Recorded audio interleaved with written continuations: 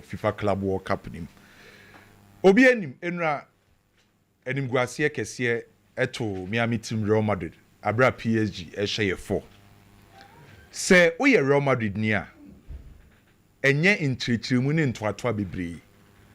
O accept the fact say team na enra Real Madrid share no ye better than Real Madrid. Anu ase Real Madrid bobuku no. Obo sen Real Madrid. O dominate Real Madrid. O control game ni sen Real Madrid. Anu share Real Madrid. Enti jitum say PSG no ye better than Real Madrid. Anu aje 4. De meti ase ne ye say 4 na Real Madrid for e concede ye no. Ana ye nipa dodo na Madrid for ne ya because enra ken. Yemi ensa yeti epunu na echi nyina no uti obi analysis a. Na eye so clear say o pedi obetime win game na eye PSG by 4-0 de e ha adwen ken se wan hwe game ni bia beka se 4-0 no Real Madrid for e do so pan wo bo obi bi o hwe for game ni bia no 4-0 ni mpokra na esu enu na PSG anka wo so mo Real Madrid be 6-7 goals sa wo de no kra ka asema enu na PSG na o man Real Madrid kra na anka wo say 6-7 4 ni mpokra ye ketwa Ningna ni yese na enu ampokra Real Madrid wajenkwa in a shape of kotoa. A save Real Madrid that Real Madrid concede goals bebre. Ye share game na sia 3rd minute kotoa ye crucial save. Na ye Fabian Ruiz 3rd minute. 4th minute kotoa sa ye crucial save na ye Nuno Mendes. So the first 5 minutes no nanka Real Madrid betima concede 2 goals in the first 5 minutes. Kotoa ye crucial save mienu. And 4 goals now Real Madrid conceded kran me wonu say eswa ba enra ken PSG for wi adwuma ne first half na PSG wi adwuma ne nyina and first half no a total dominance from PSG team no the first 45 minutes say PSG enkra ball no ye better than Real Madrid say PSG kra ball no ye better than Real Madrid so with the ball and without the ball na the first 45 minutes first half and PSG wi adwuma ne nyina Keno him say PSG for the first half him say Alonso befa Real Madrid bobuku no or Real Madrid team on be build from the back and say Real Madrid build from the back Alonso befa e wo FIFA Club World Cup no e team e friend say PSG na decide say on be say press high pa because se Courtois eje ball na ne center backs ni mienu ya Asensio ni Rudiger be biem e de ama Courtois se omu biem there is no in housing. So PSG phone decided say any be press intensity pressing against Real Madrid. And nipa no lead the press no Dembele. So Real Madrid for be build from the back pe Rudiger and Asensio biema. Yenya brante friend say Dembele say obe press Courtois. The moment obe press Courtois no dwe e target Rudiger. Hakimi Ashraf no obotu no. Obe free ni 2 na chire ho abananima aba be press Frank Garcia. Then Kvaratskhelia ebe press Fede Valverde over the right side of defense de Madrid. Se uchan fin ho na abrante friend se Fabian Ruiz ana then Joao Neves. Ebe gina Real Madrid for 2 deep central midfielders because they say no eye Ada Goulet ana operate as a deep lying playmaker de Real Madrid ana Chouameni. Enti anytime be a PSG for be press Real Madrid no yenya Fabian Ruiz se obe close Ada Goulet. Na wenya Joao Neves so obe gina Chouameni so team and friends say Real Madrid na omo nye comfortable with the ball. Power na PSG for ne press. So anytime be a Real Madrid for no entime build from the back. I just say Courtois ball long ball. So enra Courtois nkwa ball 14 long balls. By ken 14 long balls now Courtois boy no. Emu 5 pe and na ye successful because Mbappe, Vini Junior omo nye players omo winning high balls. So how a PSG for in the first 45 minutes? A press Real Madrid no me ye well organized. Na ye well calculated. Well coordinated and an intensity na Real Madrid for na PSG dey pressure on ama Real Madrid for no feel comfortable on the ball. Can you say first half ni na passes are Real Madrid for completing na 95 pe. The first 45 minutes say Real Madrid dama passes are completed no na 95. E how a PSG for a press Real Madrid. So the first thing I notice here say na Real Madrid ain't mean crabble because of the intensity of PSG for press. Excellent from PSG. And so pressing no Emma Real Madrid for your mistake mienu.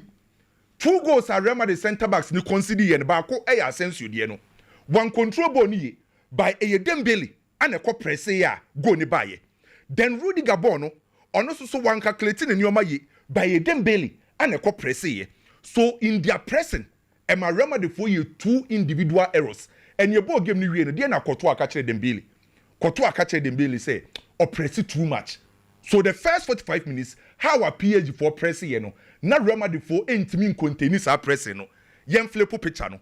Near Real Madrid for pressing. And may you su PSG for third goal no. E dey yes example in the amount. Mama how a PSG for press and na very intense. PSG for kwa show mo third goal no e Real Madrid na press.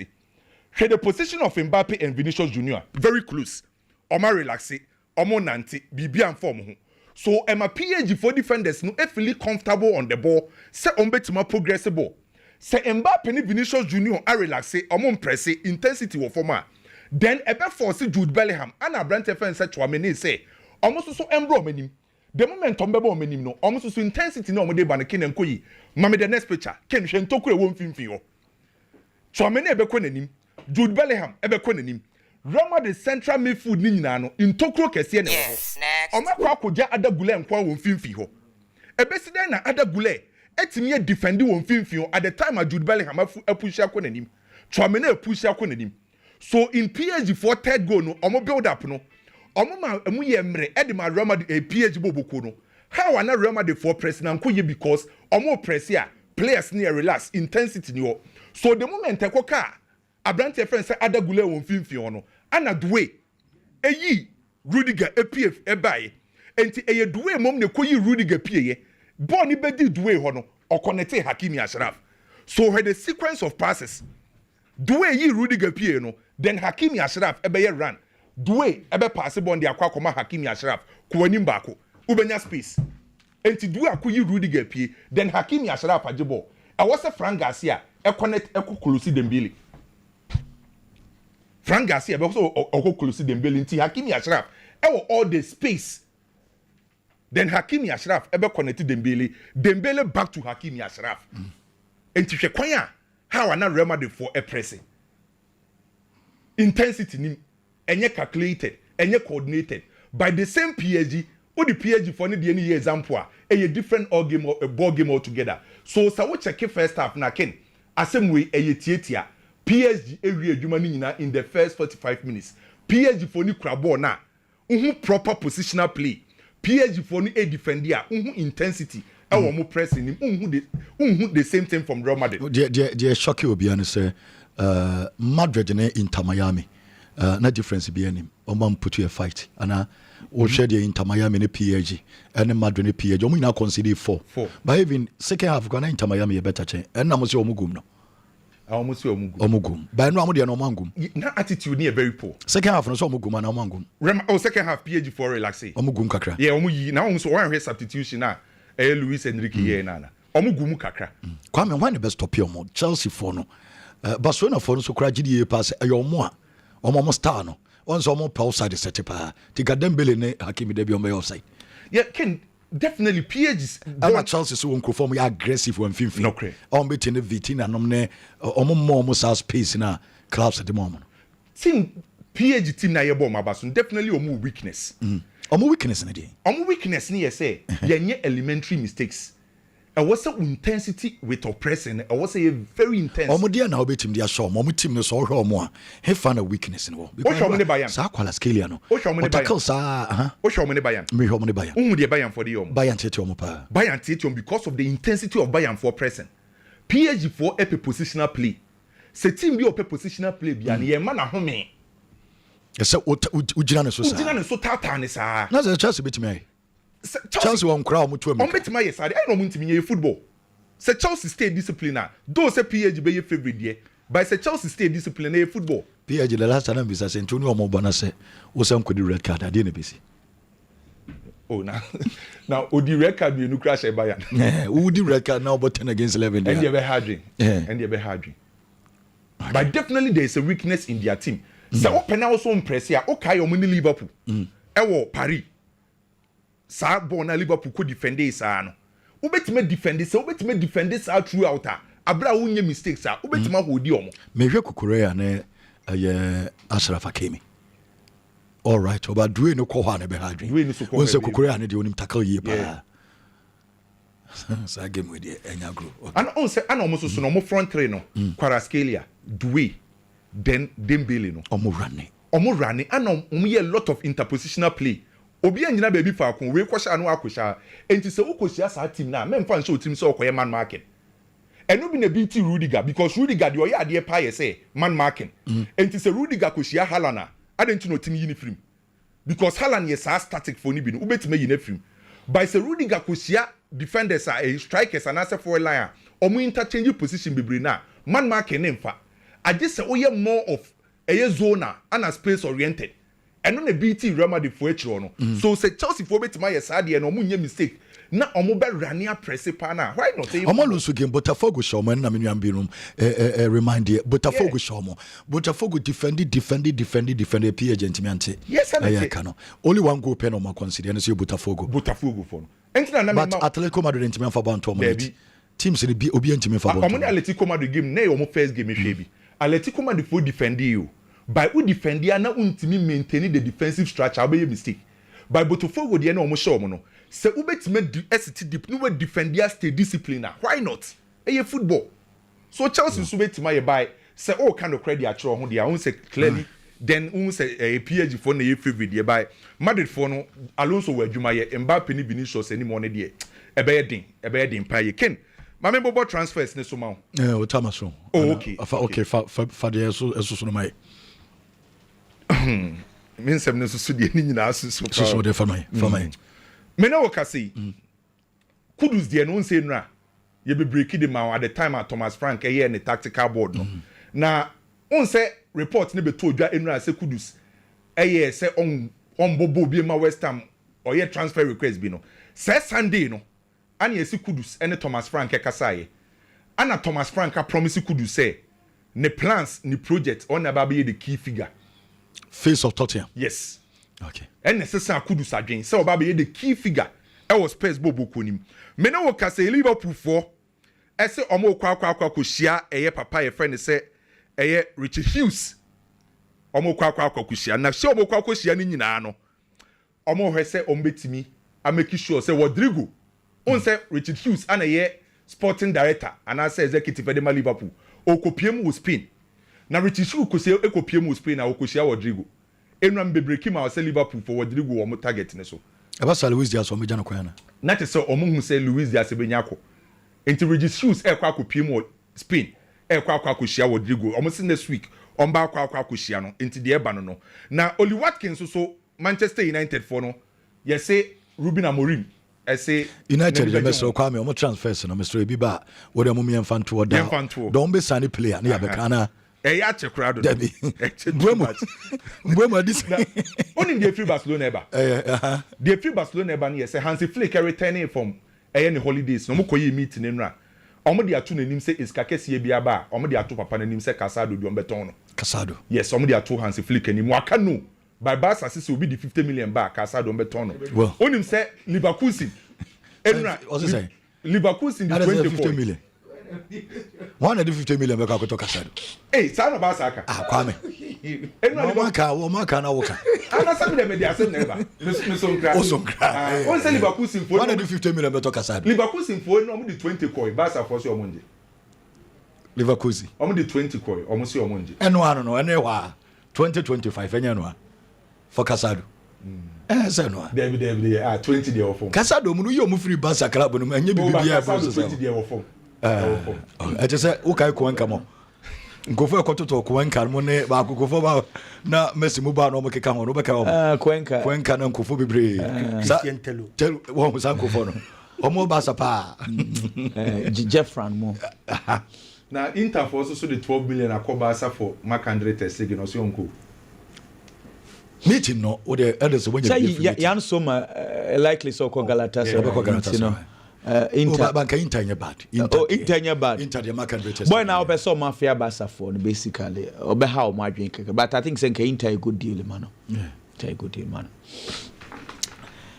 but I say the ten say meaning say yabo game we so many emotions I understand the emotions are too much na nkomo ami di bedi meaning say nipa dodo na na menya dwe but it will take time for people to understand me very well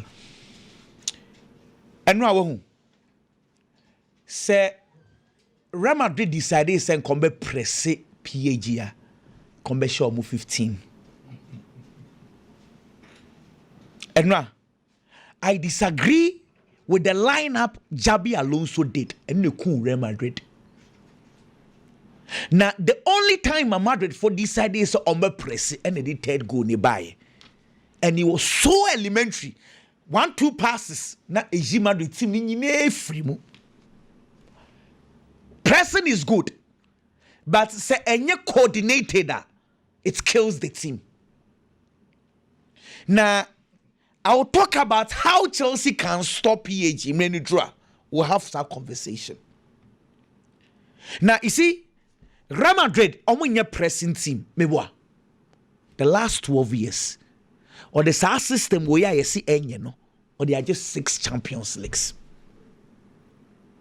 In the same span, Sima, it didn't pressing about proper pressing football. That period, was Liverpool on the Champions League to do say. The same Liverpool, Madrid, actually twice were Champions League finals.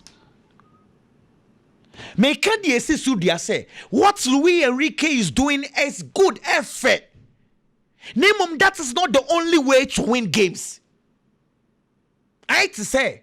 Time a Pep Guardiola must start some beautiful football. Every coach want to do same. Neboa. Inti ebesesa terrain, everyone to want will be a person passing. Yenya Pep would be. Now Luis Enrique seem to be changing sa idea into Obia say pressing. I know sir. Time a yagging club, they're not changing but when would they know a serious? Look, today, if you put Lewandowski in this Paris Saint-Germain team, on to me more. What the Harry King ko tumwa? On to me more. See me come here, send obi njima nunsi bone. What the Messi ko tum sisi ya on to me more. What the Ronaldo team on to me more. And you said they are bad players, so. But the system is molded in a way say you don't need to be extremely good. And you say system say the front three as I say obie trumika. So if you cannot run, you cannot play in the system. A system team. I don't think I may say this system. Why when all the strikers be bria ujo mudi so many go ni she. Odu ko tumo win team more. But on command me you know what I say. Because ya modi a system will be a and yes PSG team no Column money almost on 90 million euros so 90 million euros coach ne say on loan. Gonzalo Ramos 65 million euros coach ne say oh money more boni bi and on the Dembele ebo force 9 even Dembele on the coach no contract for 3 months o say the coach ne ye no on pe on win through mika until Dembele fell into the coach in the Ekano. He fell into his ideas. And a Dembele sasa ne bo. It was a Dembele assassin. Say Dembele is more of a system player today because sawanya sa system na mfano. It's any specialized skill. About system no. That is how we want to go. Now, Real Madrid team Ken. Last year the entire Carlo Ancelotti suffered so much under Barcelona. Ne say, Ken. Enu biane nami huye no. Madrid and the Carlo Ancelotti. Oshiati mu biane okuta bo ni bebre. Oppress womo. Not jibola on rush ball no pass ball no. Madrid cannot beat such a team. Especially Barcelona. In so many Barcelona. Pau Kubasi football. Inigo Martinez footballer. There is no pressing from Vinicius Junior, no pressing from Kylian Mbappe. Inti Kubasi, any Inigo Martinez, omutimi translate a carry ball no demand attackers easily. And now who say? And now who say Marquinhos, Lucas Barrado, footballer. There's no pressing from these two boys, Vini and Kylian Mbappe, into omutimi carry ball. To say they see under Barcelona, Real Madrid, Carlo Ancelotti. Me what? Senior Pedri. Frankie de Jong, Danny Omo pass ball no one fifi Timi Madrid players ni free easily no. The same thing na Vitinha, Joao Neves, Fabian Ruiz no pass ball no. And now I saw the Carlo Ancelotti's problem. They no all facing no. Pepe.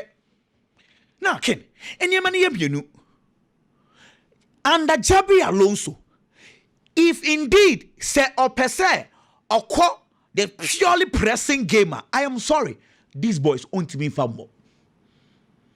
Come on, Eddie, come away, Jabi Alonso, a Bayern brutal.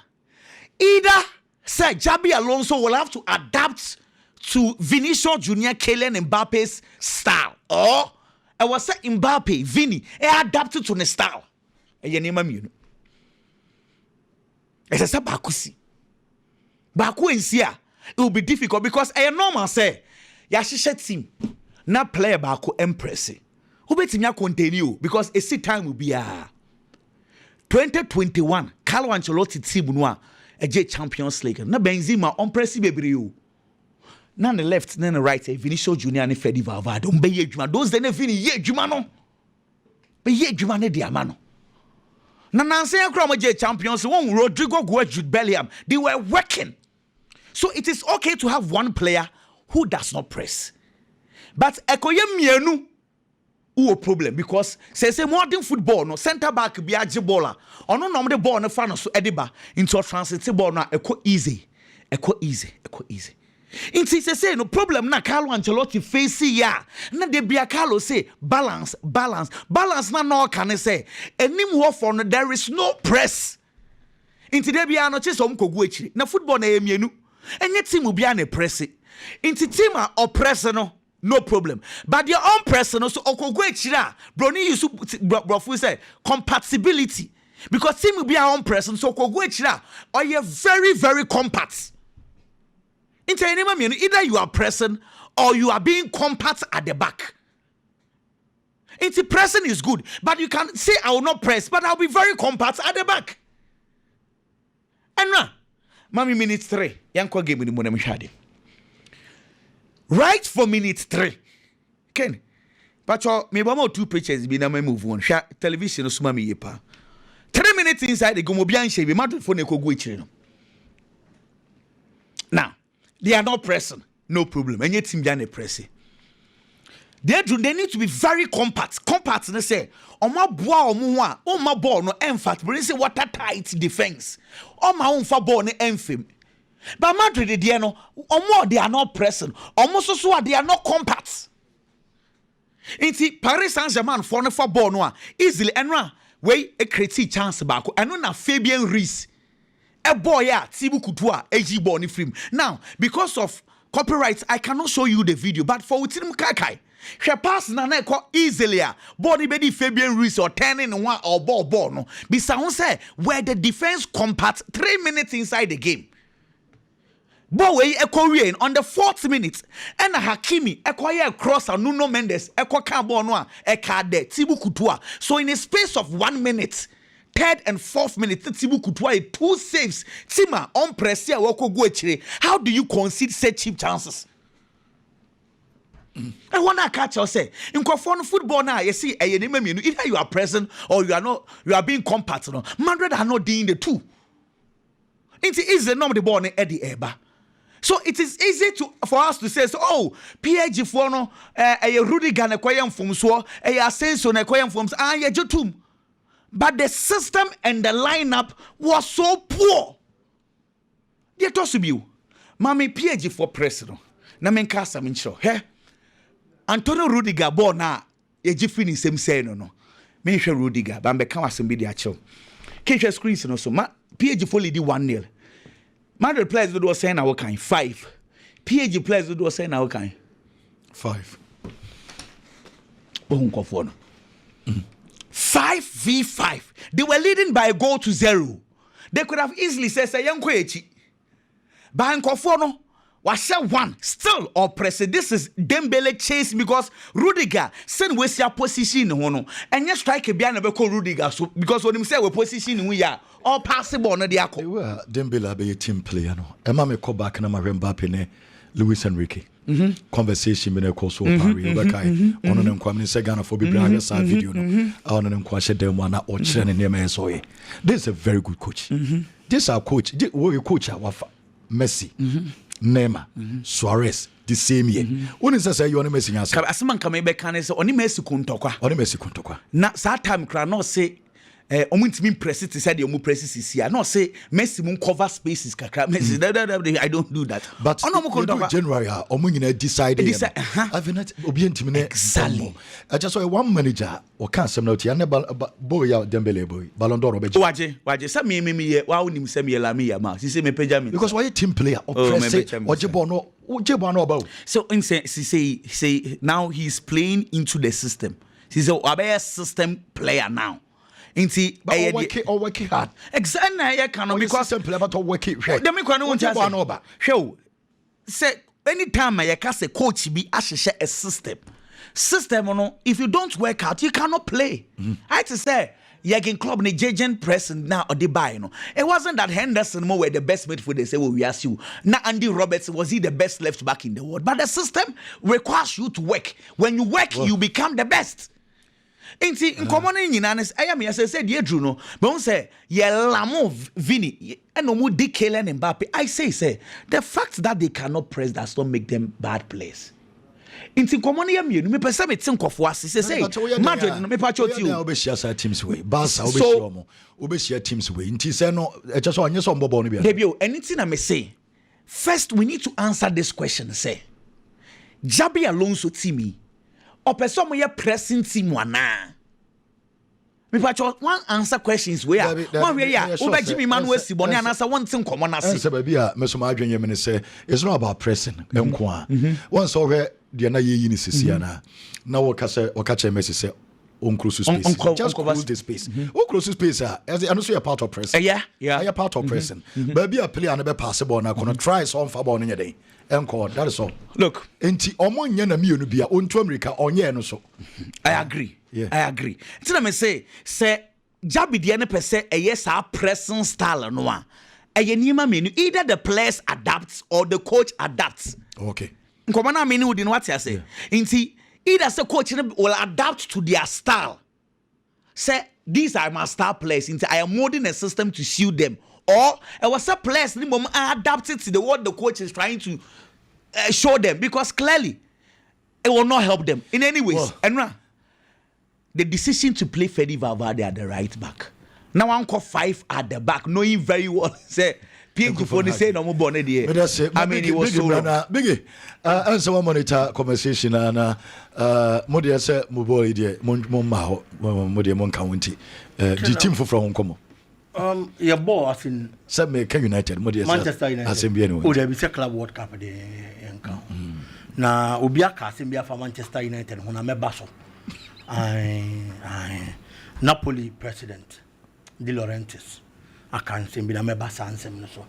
Can and Madrid game no minutisi at Diabaco. At Diabaco na minutisi and the absence of a player for anything in house. Me feel say the absence also affected Real Madrid team a lot. Jenhausen. Yes. Within few months, I feel so I establishing who was the best Real Madrid central defender now. Looking at our ball club World Cup. Oh man, Kabi Bessa. Oh man, Menkas and Madrid in Lucy. Because Sergio Ramos Munin our ball. Now there were matches at Real Madrid in Lucy. But at least in can involvement a baby Bikakadi and Real Madrid. I am saying this because so all of my possibly Bianca Raul Asensio more game no. Raul Asensio minim say ye trimu den aba kwadana fa. How he controlled the ball and na. A job on the 2 home space. It was like on kwana na training. Emma Dembele be fast abon. Mentiasi adinti oyeta. And so what idea about it looks like a player about what said the style of the coach as say. Real Madrid the Chile one has been Dinhausen. On no started the attack at Real Madrid. On no jib ball, no say a long ball and no ball. So was what the corner no pass and no aqua pass. Yesterday there was nobody to do that for Real Madrid because not Dinhausen in you. And I believe say the absence in a way affected Real Madrid Bobo Kono. But for Paris Saint-Germain they can mintimin cast and Bonnie be and form. We are seeing in a chain because born uncle for neighbor. A problem the we are seeing now, and then a Madrid, a Dano, in Tamilan, a China Yinim de Babayono. Infantu trim. Chelsea will stop you. Yeah, yeah, Bompire said, I say English teams singing out in Chelsea. I didn't hear. Why more? English clubs singing in a PH in age. Sir. Okay. Maybe you're not Chelsea supporters. I'm going to say Chelsea, yeah, annoying, but we are saying supporters. But Chelsea supporters, the only idea, only new team, no Can Arsenal and they're champions of the world. I want to back up Stamford Bridge. So Chelsea club. Of course. So already supporters and they say Paris Saint-Germain are champions of Europe, almost are champions of Europe. So much Conference League. But say how much way they are so much sign PSG more. Champions League na Conference League. Na me say nkra saying Club World Cup. No Champions League. Oh. Me to me kasa me no nyina na say me say Chelsea kasa me no be adwin. Support or Conference League, waje Conference League. Na waje Club World Cup. Any Champions League nyepe. Me to me kasa ne yepe. But the konti am kasa. Chelsea supporter bi kasa me no be adwin ne yese. Wona waje Champions League. Yemfa ne say bi kura me nye hwe. Ba ball no de na me gina so akasa me ye better chen. Ene say me no be hia na ye bebo. Ye hia ya ye boy ne ma hye. It's the other results the nyama sem. But me no wontem de. Me kasa me ye better chen we say ogitum. Ken Arsenal coach Arteta. Ye ba be real new season mo. E was Arteta setting the priorities right. Na you hu do person ye. What the third bako? What the second bako? What the second mean? What the second mean, sir? Into what the second atwaso mako mean, sir? People feel say it is time. Says a move be beba na say be full for besia. Not just say oh get closer to the Premier League trophy. Premier League no, and as a league be a wo wiase bia na to da ye kwan ye fa so ayeje. There were times sir in the English Premier League ken nothing be wo hono ma enise unya play obema goals bebre. Na obaji Premier League no. Chelsea no beji Premier League somewhere 2016-2017. And then Chelsea player na top scorer. Liverpool no beji and then Liverpool player na top scorer. But for the past 3 seasons, so what her trend now? Team be obaji Premier League ni biano. A team on only player and a top scorer, at least or that one player or my lot of numbers. If we bear 20-25 goals in a season, a day call. Now if you are Baba the Premier League title. Manchester City Baba J the first one. Nelly Haaland as the top scorer in the English Premier League. Or she had 36 goals that Manchester City Bobo Kono. City signed Baba Jibium, Ellen Haaland Krona, she had 27 goals that Manchester City Bobo Kono.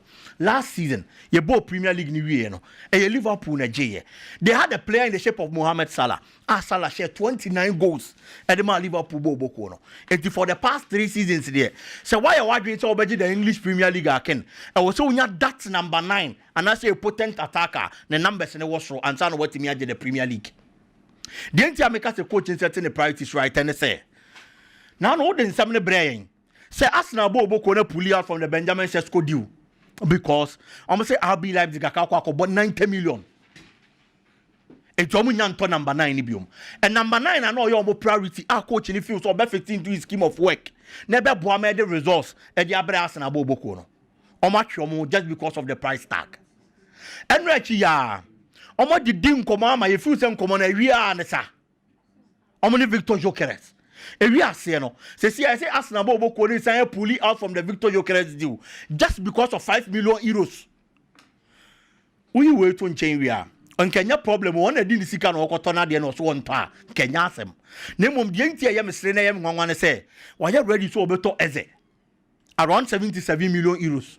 Why you ready so obeto no ni Madueke 50 million euros. These are 2 players are strengthening with team no. Omo be backups. And the ama with team no. Because Eze, on your better player to me than Martinelli.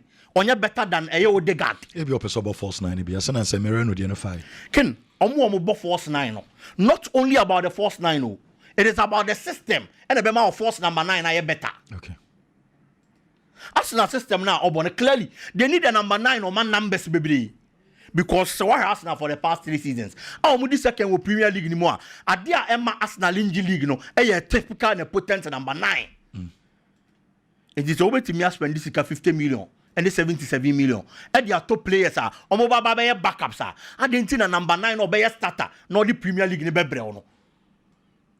say sika ne nkonkofa no just 5 million out the best also na dia fa Victor Gyökeres just 5 million ken na kokko kese na ngasa no wato na ne ba okay sika ne 70 million wonya 65 unya 5 from fans so Arsenal Premier League na wo so mu hu no mu di sika no so kokko fa striker e de ne ba ken Manchester United asemna na make no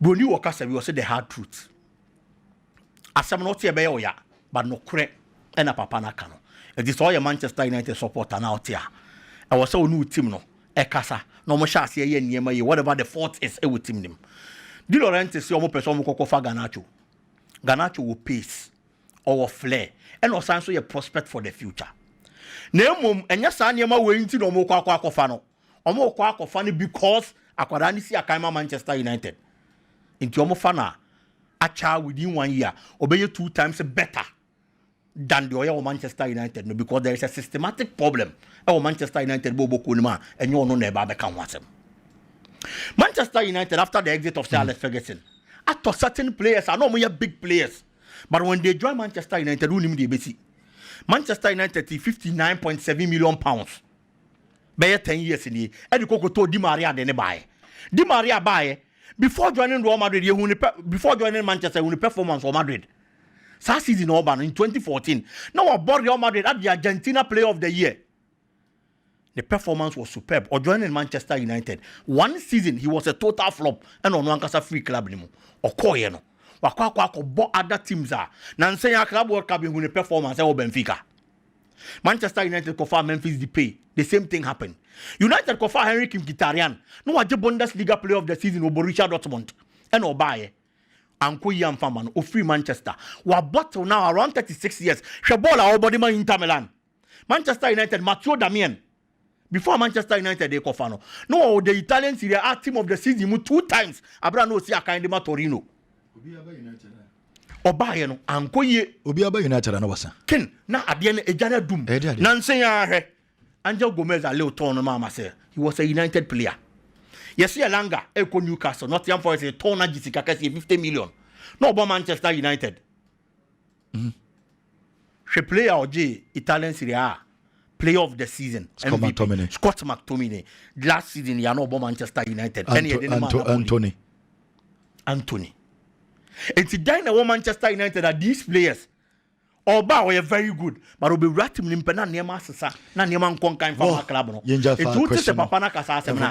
Ebe ya wo ya eye no kre, but no kre na waka akire wo no. Cristiano Ronaldo who loves the club kan oso okọ ye nyina osaba Manchester United no. Structures e wo ho nye, training facilities nye.